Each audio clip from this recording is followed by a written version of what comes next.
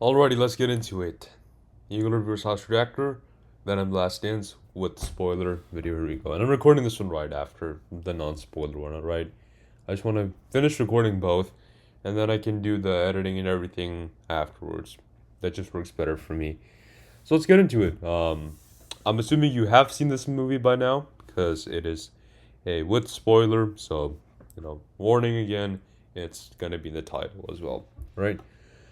So, assuming you've seen the movie by now, uh,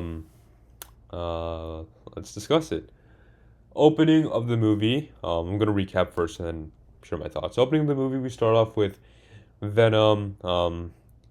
Similar to No Way Home, we see him right to it, the post-credit scene or the ending, I guess, of Venom or of Spider-Man No Way Home. I don't remember which one it was. If it was the ending or the post-credit scene, but we see him. He's in Mexico. He's drinking. He's with the bartender guy, and the bartender guy is basically explaining, what happened, with the whole Thanos event and the snap. 5 years went by. He said his family went away for 5 years, and then Eddie was like 5 years. That's a long time.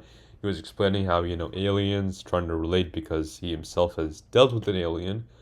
How they like eating people's brains, unlike Thanos, who's obsessed with stones. So he just learns more about the events happening in the MCU. He's trying to get caught up more about who the Avengers are, who the superheroes are, and then when Venom's about to get sucked back into his world, Venom's like, enough with this multiverse stuff. Let's just and then they just get sucked back into their world, their portal. So now what we sort of understood in that part, I guess, which may be important later, is how multiverse travel works, from one world to another, how it's like basically a portal or, an incursion or some event like that is what transports them between different Earths, different worlds, from one universe to another. So that we sort of understood. So then Eddie went back into his normal world where he's from, and he's again at that same with the same bartender guy in Mexico. Now, obviously, we're assuming that the Avengers and all don't exist here, so no Thanos, none of that happened. And Venom's like, I like this bartender more, so yeah. And then we sort of get into this like little playful mode here, where Venom just, you know, makes Eddie a drink. He tries to become a bartender himself, and I feel like Venom is having the most fun in this movie. He's just trying to live life and have fun, even though Eddie's sort of a fugitive and he's on the run ever since I think I don't know if it was his boss when he was a reporter or something. I think he might have gotten the symbiote as well, and everyone thought that Eddie had killed him.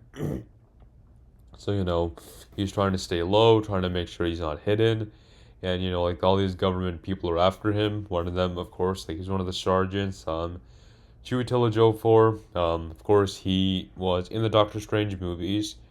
I forgot the character who he played. Mordo, I think. I think so. Yeah. You can let me know in the comments. All right. I have not seen Doctor Strange in some time. Like it's been years. Um, that was my second time watching him. But anyways, second or third one of them. Anyways, yeah.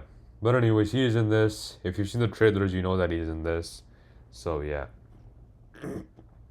So a lot of people are after him, and he's on the run. And what else happens? He pretty much has been wearing that same like sort of beach tropical like Hawaiian sort of shirt for a long, long time, because towards the end of Venom Let There Be Carnage, we see that him and Eddie were just sort of like relaxing on the beach with the sunset and all. So yeah. What else happens now? Yeah, so he's still wearing that shirt for a while. He's trying to just walk, and then eventually, after the news broadcast and all happens, he finds out he's on the run, and eventually, while he's walking in like this dark black alleyway, I guess, he hears some sound, and then they stumble upon some like dogs. They might be like wild dogs or something, and then there come these like big men who are like I guess evil people, and he summons Venom, and then Venom just bites their heads off, which we saw in the trailer. It was that same shot, And overall, what I will say is that's about it. That is the only like one of like the interesting things that Venom does, where that's about it. He doesn't like kill or eat anyone else, except for the ending. We'll get to that in a little bit.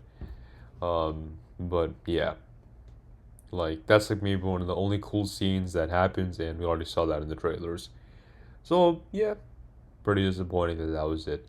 But anyways, he continues to be on the run. Now you know, the cameras and all are like spotting him. Eventually, Chiwetel and his other army men come sort of try to track him down. But with the help of Venom, he is able to escape. However, he does end up killing someone for the first time himself. Not with not with Venom. All right. So yeah. But basically, we need to establish some context because I have skipped some parts. So I think while Venom is on the run, his whole goal sort of is to try to get to New York, I think. Yeah, I mean that's clear. I knew about that. But I think he is sort of trying to get in touch with like this judge and maybe try to blackmail her. I'm not entirely sure what that plot point was about, if it was referring to one of the previous two movies. If you guys will let me in the comments below because I didn't rewatch them or anything. I got better things to do with my time, but I definitely want to check each one out at least once. So yeah. Um So their whole thing is to go to New York. Venom wants to go there and check it out as well. So they basically you know, they have to take a plane, right? To go from like Mexico to New York, wherever that plane's heading. So they grab onto like the plane and you can see that shot from the trailer, when it's like how does Tom Cruise do this? So it's referring to that uh, shot from the trailer. And so yeah, and then Venom is there to sort of help him make sure he stays on the plane and all. So yeah. And what happens? Okay. At the very, very beginning of the movie, we know that Null, who is the king or the god of symbiotes, is basically after the Venom symbiote, because he has, or I guess he and Eddie, but I guess inside of him is the Codex. The Codex is basically what can free Null from his prison, and if he's free, like a lot of bad stuff is gonna happen. Okay, so we understand that. So, if Venom ever does take full control over Eddie's body, then the Codex will be clear, and then the Xenophages can go and retrieve it, which can be used to free Null. So once they figure that out, then Venom can no longer fully come out. He explains to Eddie that these are the only certain ways he can come out, but everything else is sort of like off limits. So since then, Eddie has to like take care of himself a little bit better because Venom just can't, come out fully again. And that's sort of I think why he doesn't do it again because, then the Codex can be used to track them down and that would be a problem. So that's sort of why they were about to get captured until, the Codex sort of spots the Xenophage, but, when Venom is no longer taking control of Eddie's body, he can no longer see it or detect it. I feel like that's very plot convenient. I don't even know if that's comic accurate or what, but you guys can let me in the comments below what you sort of think of this sort of idea and system as to how it works. I mean, it's pretty simple, it's pretty straightforward, but yeah. So eventually, Chiwetel Sergeant Guy figures out that something is happening, something is coming, that these enophages are here for some reason, some purpose, and tries to figure it out. So he goes back to the lab where a bunch of all the other symbiotes are, and a bunch of other side characters who I really don't have any interest in. They're trying to, give them some sort of like plot and all, but come on, this is supposed to be a movie focused about Venom. It's so short. Why are we giving them extra screen time which they don't even deserve? I guess this they're trying to set him up, but come on, man, like this is a Venom movie. Um, but anyways, so yeah. Eventually, Chutel Jofor, he says in the trailer, there is an army coming who cannot be beat, meaning, the Xenophages are going to come, and if, they get the Codex, Null breaks free, everything bad happens. However, if Venom or Eddie dies, Then I guess the codex is gone and Null won't be able to retrieve it, so he will be locked away within his prison. All right, which is basically sort of I guess what happens. All right, or it doesn't happen. That's sort of the plot point as to what they want to use. So, the sergeant guy, once he figures that out, by, bossing around, the other guy who has the another symbiote, who everyone thinks is dead, and he eventually figures out, okay, if we can get Eddie and Venom, then we can sort of protect Earth. That's his goal. He's a military guy. His goal is to save humanity. Kill a few people if that means saving thousands or millions. And I sort of get his strategy. That's sort of like what a robot does. Like if you know the movie I, Robot, he chooses who should live and who should die by seeing what's worth more. And of course, there are the other people who work in the lab. Those girls, they care more about the symbiotes, and sort of trying to protect them. I don't understand why they're on that side. Like, there's this whole thing about how, she misses stuff about her brother. She always brings up her brother and all, but I honestly don't care that much about it. Why can't that be a separate thing and you explore that? I care about Venom and Venom only. Like, why are you doing this? I get it, but like, I don't care so much about these characters because I know that their plot or these characters won't be important later on, right? So like, why? Like, why are we giving them screen time at all? You know, just didn't make sense to me. You know. But anyways, that's what just stupid writing does. I blame Abby, right, y'all? Actually, I don't really care that much. I see all those comments everywhere online. I'm just here to enjoy what this movie has to offer, so let's continue with that. Anyways, as we move forward, um, you know, they're still trying to get to New York, I guess, but it's gonna be hard. So eventually they stumble along this family. I think this guy's named Marvin. Marvin is such a weird guy. He was played by Reese Ifans. Some people thought he was Null. He is not Null at all. Okay. No, someone else. He was played by and confirmed by to be Andy Serkis, who was in the Planet of the Apes films, and he was also in Age of Ultron and Black Panther, where he died in that movie. But this is Venom, so anything is possible. He might be doing the motion capture as well for Null, but I'm not entirely sure. You guys can let me know, like how that's working out, because they're saying he's playing him, not just voicing. So I'm trying to understand what that means.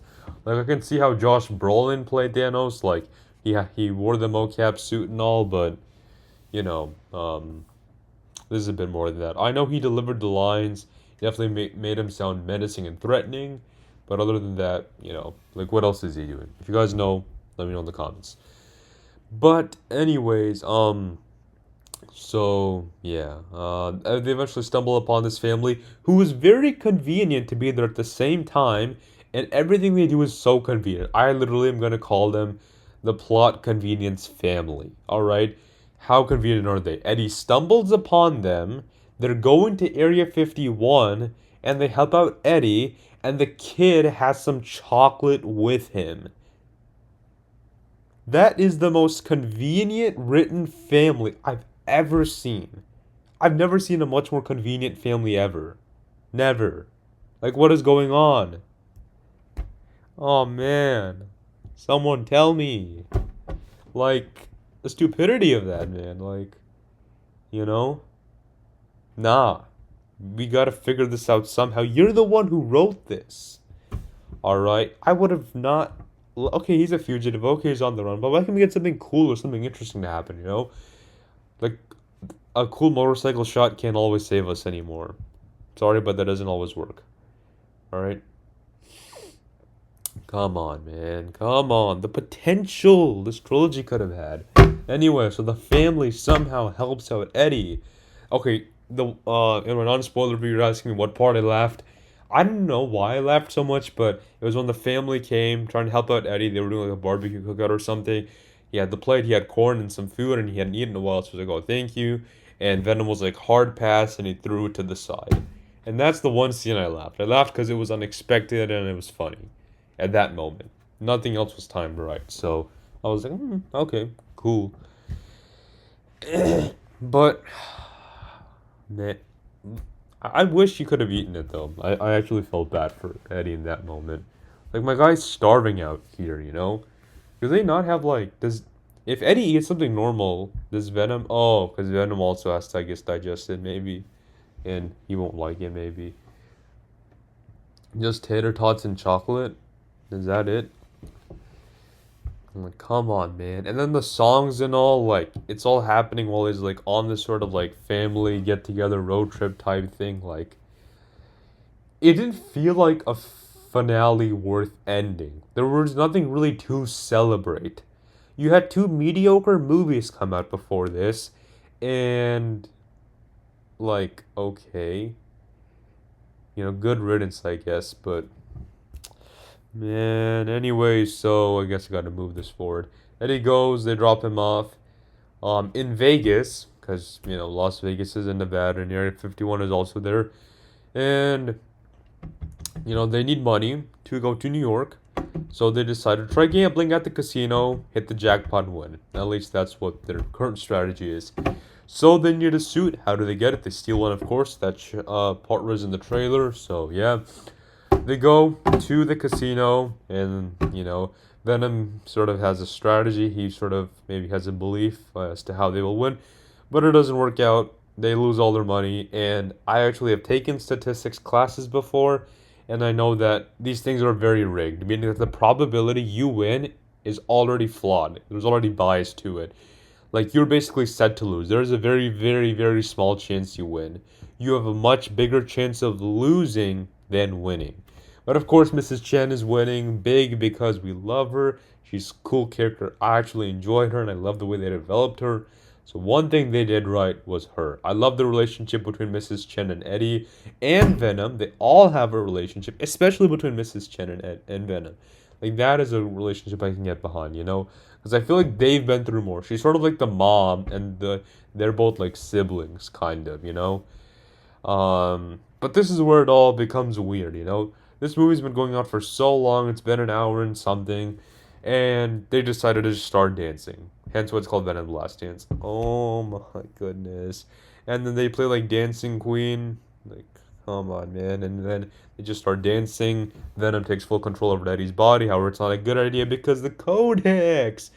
The Xenophage is gonna come after you, my guy! Like, come on. And that's exactly what happens. Like, do you want Noel to be free? Like, I'm confused. Just don't write the scene. Alright? It can be the title. You don't need a dancing scene, but yes, you get the dancing scene from the trailer. And Eddie's like, he's hating this, but the song's like having the time of my life. I get it, but are you? You're gonna die soon. Like, one last dance before you die. Like, come on, man. And then Eddie's like, did you guys rehearse or practice this? Nah. They choreographed the heck out of this, man.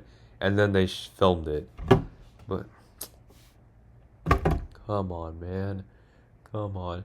And then the Xenophage comes, and then, they stay still, and then they become separate, so it no longer sees where it is, so he gets sort of confused. It's like one of those things, like, it's like what's it from you've seen Phineas and Ferb's from Perry the Platypus, where Dr. Doofenshmirtz can only see Perry while he's wearing his fedora. um yeah, same thing. He can only, well, it's more of a sensing thing, I guess, so it's different. He can only sense it while he's in full control. And the reason why this has happened is because it only occurs when the host dies, and that happened, I think, in Venom Little Big Carnage, and when he was about to die, the symbiote came and saved him, hence why they sort of have this little symbiotic relationship. But yeah, they try to help each other meet their needs, but this is so stupid. This leads to them getting captured, and so dumb, man. What happens? Oh yeah. Then they sort of try to separate them, but no, because you have these girls in the lab trying to They're on the symbiote team for some stupid reason or whatever, if that's what you want to call it. But yeah. And then what's it? They are apart, but then eventually they help the two get back together, Eddie and the Venom symbiote, to defeat the xenophages, to, protect everyone else. The whole like lab and everything is gonna get shut down soon. Actually, no, not the lab, because that's underground below Area 51. And then, of course, Marvin and his family make it to the Area 51 site, and they decided to sneak around. Oh my goodness. Eventually, they see Eddie. Eddie tries to help and protect them because everything is being broken. And, everyone's in danger because all the xenophages and everyone else is here. But of course, we get a cool symbiote fight scene where the symbiotes just latch onto a host, then they just start fighting other people. I mean, the other xenophages. At first, the military people decided to shoot them, but then they're like, who cares? Let's just shoot them instead. Like, they don't really care who they shoot at this point. Whoever's not human is just not worth their time. Like, even literally, they say that we are on your side. Stop shooting at us. Like, bruh, what is this, my guy? So, anyways, Venom decides to, come up with a plan. They get on this motorcycle. They decide to, like, start doing stuff. They realize that they're not going to make it to New York anymore. They got to finish this job. Make sure that Noel stays trapped within his prison and that he doesn't come out anymore. So, basically, I think there's a project called Project Striker or something. I'm not entirely sure. They decided to go with that plan. So, basically, Venom goes. He helps the sergeant guy, he tells him what needs to be done, or I guess he understands. He's about to die anyways, too. I think he got stabbed or something, so he's bleeding out. He's almost dead. But, he lets it's like this big, like, nuclear thing where it just kills everyone. There's, like, gas and poison and stuff, and, like, all of the xenophages die. Venom dies, so they won't be able to retrieve the codex anymore, and Null will say they're trapped and locked away forever. And then Eddie is without Venom now because he is gone. He's left him. He's no longer with him. And he's basically declared a free man and rewarded for his bravery by some high level military sergeant guy, whatever. Wore a lot of fake badges. But yeah, then eventually, Eddie decides to go and walk to New York, sees the Statue of Liberty with a crown and all, wishing that Venom was there with him to see it, and just remembers everything that Venom and Eddie had gone through, and just, wishes that he was there to see it with him, and, sort of see, like, the ride that they'd been on. And of course, we get Memories played by Maroon 5, I believe. One of my personal favorite songs. I guess a touching ending moment. And then, of course, we see clips from Venom 1 and Venom Let There Be Carnage. And, then the movie ends, and they play the song starting with Give Me One Last Dance. And like, that song's so horrible. They play during the credits, and of course, one of the worst producers, Avi Arad, is there. Bro, come on now. He worked on some MCU stuff as well, I'm sure, like Iron Man 1 and all. Now he's on the stupid Sony team. Alright, let's get into these post-credit scenes. Post-credit scene number 1. Um, okay, this one I actually thought was okay. We see Noel, he's sounding very ominous and very menacing, threatening, explaining how, I'll return and you will watch, I'll burn down all planets, I will finish everything off, everything will be destroyed, and there's nothing anyone can do to stop me. Not that cliche in my opinion. Actually, Andy Serkis did sort of, I guess, a good job delivering those lines. So, they're investing the ideas in the right people. The people are actually like the ones holding this thing together. Like, I know Chiwetel Ejiofor tried to do the best he could do. Tom Hardy tried to do the best he could do. Andy Serkis tried to do the best he could do. But in the end, it just comes down to the writing, which is just bad. Like, how can you save a movie with this, star-studded cast if the writing just sucks? At least it's better than Morbius and Madam Web. Might even be even better than Craven the Hunter. So, yeah. Second post credit scene, I guess the actual one. The other one is a mid credit scene. In the actual post credit scene, we see the guy, the Mexican bartender, because he was captured by the sergeants who took him to the Area 51 site. I actually almost forgot about him because of how forgettable these movies are. But everything is destroyed. Basically, everyone is dead or like is just gone at this point. And so, poor guy, everyone forgot about him. He's able to make his way, break free, and escape. Back into the Area 51 and all. You know, some people online are saying it's like the Void. It is not the Void. And then we see some of the Venom symbiote, sort of making its way, seeping through. I think it attaches itself onto a cockroach. I don't know if there's a deeper meaning behind that. I think some people are saying there maybe, but I don't know. And then we pan and fade out in black, and boom, the movie ends there. So I think what this is trying to set up is, here's the thing. I don't know if that Venom symbiote is that in the MCU or is that in the Venom universe. And like where the guy's walking out. Which bartender is he? Is he the MCU one or is he the Sony one? Like let me know in the comments below because I'm confused. Some people are saying online that when a symbiote is about to die, it leaves traces of it. I don't know if that's true either, but maybe. Who knows at this point. But yeah, that's what happened, I guess. So I guess there's more symbiote out there. Who knows if Sony trying to connect the dots with anything, but we'll see. Now the big question is, what's my rating? Okay, there's a bigger question, but my rating for this movie is a 6 out of 10. Mid, mid, mid. Couldn't be better than this. Sure, the ending had some nice moments. Sure, there were definitely some good moments, some things I thought were interesting, but these are just ideas which need time to flourish. And the whole problem is that this movie is giving me the idea that's the ending. I think if they had started the trilogy from here on out, it could have been good. Because I think now they understood what they should have done instead, but it's too late. They're like, let's call it quits and wrap it up here. And that's the sad part. I think they pretty much cracked the code with this one. But it's a trilogy, what are you gonna do? You only get 3 movies and after that it's over. I guess still one of the better things Sony has put out, but who knows. Let me ask you guys a question. Would you say that any of the Venom movies are better than The Amazing Spider-Man 2? Because that's said to be one of the, like, you know, the worst Spider-Man movies out there. Or if you think any other Spider-Man movies worse, let me know.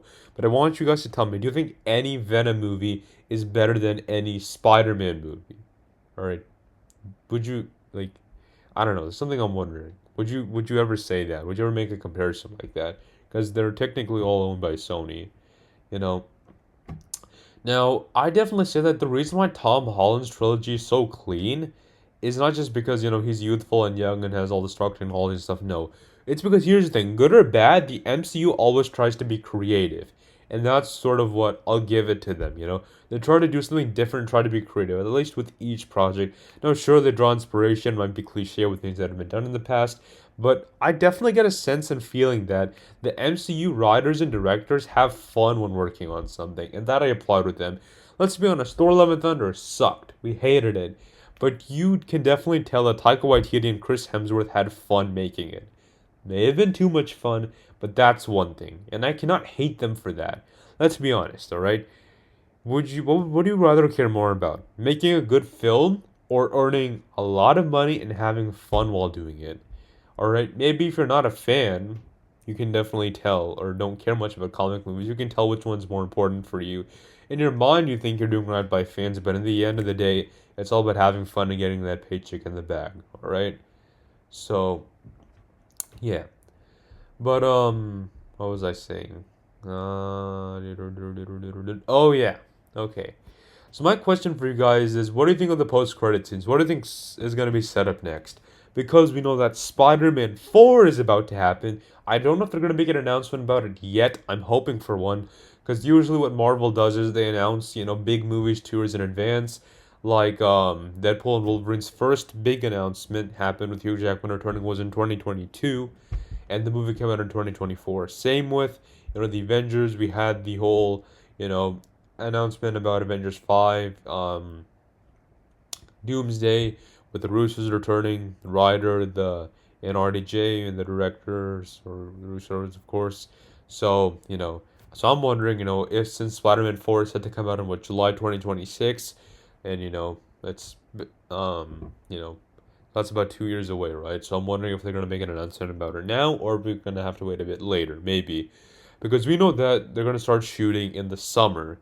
Now the whole question is Tom Hardy gonna be a part of this film? You're like, yes or no? That's my question.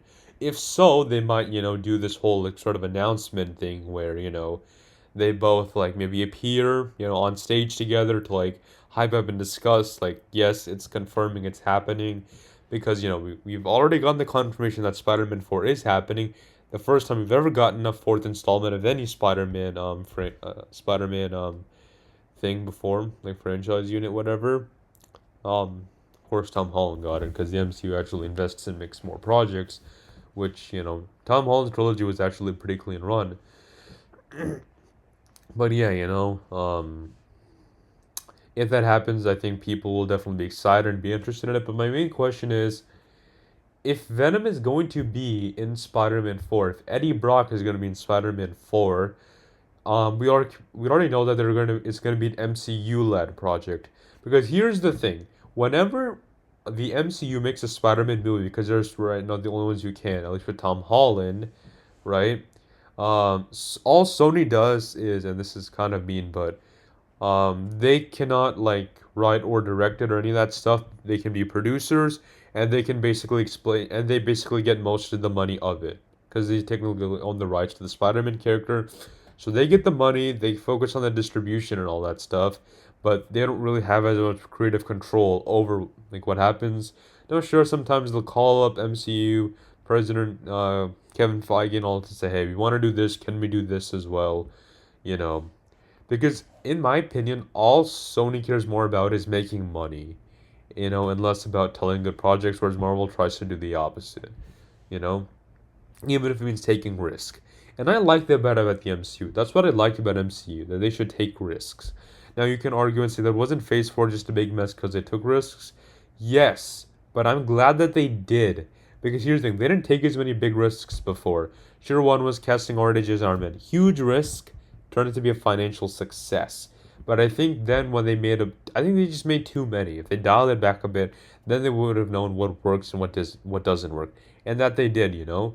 Like Phase 5, sure, a few misses here and there, but overall, it kind of evolved and worked itself out. But yeah. So if Spider-Man 4 is called The King in Black or whatever it is, I think these are just rumored titles. We have nothing official yet.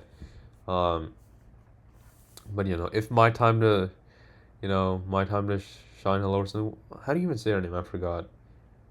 Because I know that she leaks and like reports a lot of stuff about MCU stuff, like with the third Deadpool movie being called Deadpool and Wolverine. My time to shine hello. I think that's how you say it. Anyways, so I'm interested to see what happens next and what they call it and what's going to happen. If something does happen, I mean, who knows? It's Sony, but we'll definitely see what's next and what will happen. So I'm definitely interested to see that stuff. But who knows? There's still time. Like as Tom Holland even announced, he said, he's read some of the script with Zendaya, so I guess they're going to be in it. That them two. I wonder if Jacob Batalon, I believe he was playing Ned, if he will be in it as well. There's a pretty good chance he will, but we'll see. Um, I just wanted to see Spider-Man make some new friends. He can sort of branch out and meet other people as well. I don't know if they're gonna try to go the Harry Osborn route or not. But that's something that sort of have to address. And is this going to be more of like the Spider-Man college trilogy? Focus more so on that end, but we'll see. Now we do know that Spider-Man 4 is sort of sandwiched between, or it's coming out right after, um, Avengers 5, which is called Doomsday. Right, so you have, um, Doomsday, and then you have Spider-Man 4 coming out next. So my question is Tom Holland going to appear in Doomsday first before Spider-Man 4? I think there's a pretty good chance that that will occur because we know that in the scheduling for Tom Holland, he has a bunch of movies and he will be working on Avengers 5 and Spider-Man 4 both back to back relatively around the same time. Now here's what we do know.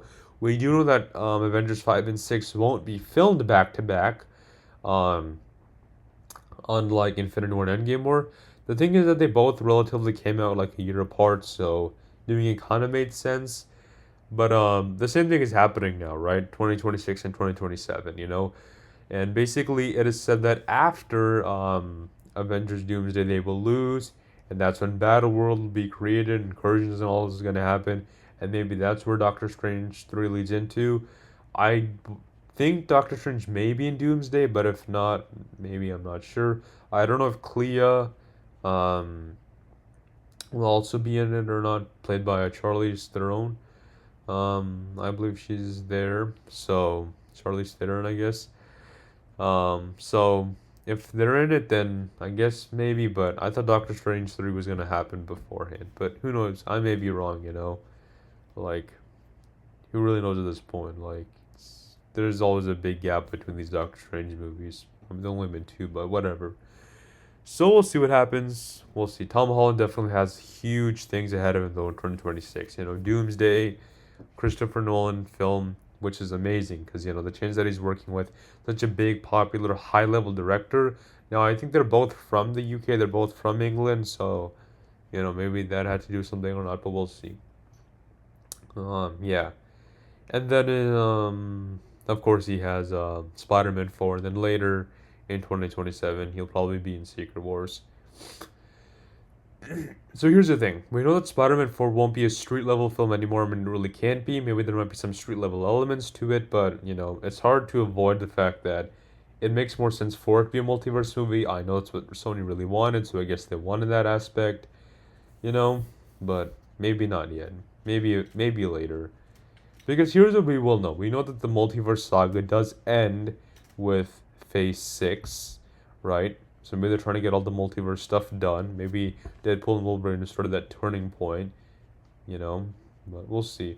My other question though is, do you guys know when Phase 6 of the MCU is starting? Like when Phase 5 ends and when Phase 6 starts? Because as of right now, I'm not entirely sure.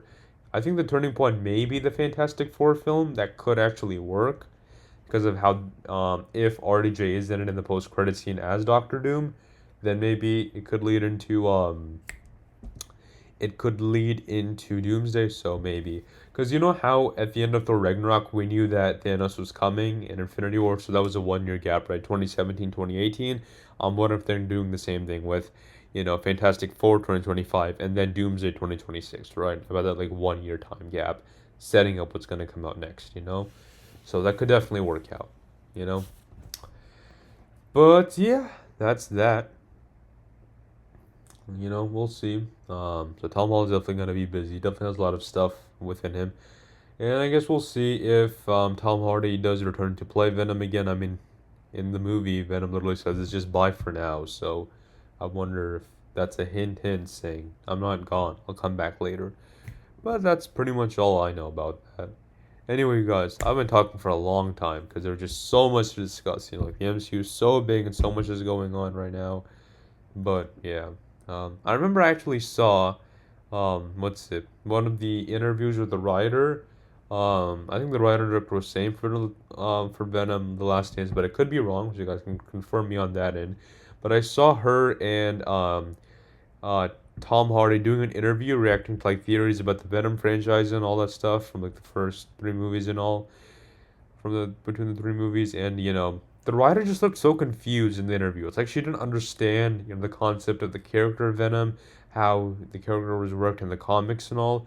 And I can sense that. You get a sense that in the movie. Like the writer was like, "Oh shoot, why didn't we just do that?" Like the fans are literally telling us what we should have done.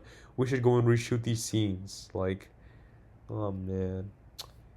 Is it that hard to make a good Venom movie? Like y'all tell me, alright? Whatever, y'all. I'm out. Eagle Review Reactor is done. I have lost it, you guys. Venom The Last Dance was cool, but the MCU is just much more interesting and more fun things to talk about there. This movie is just a whole lot of meh. You see it, you get it, you move on. If they're guilty pleasures, cool, fine. If you guys have ratings for these movies, let me know in the comments below. But that's about it. Bye, guys.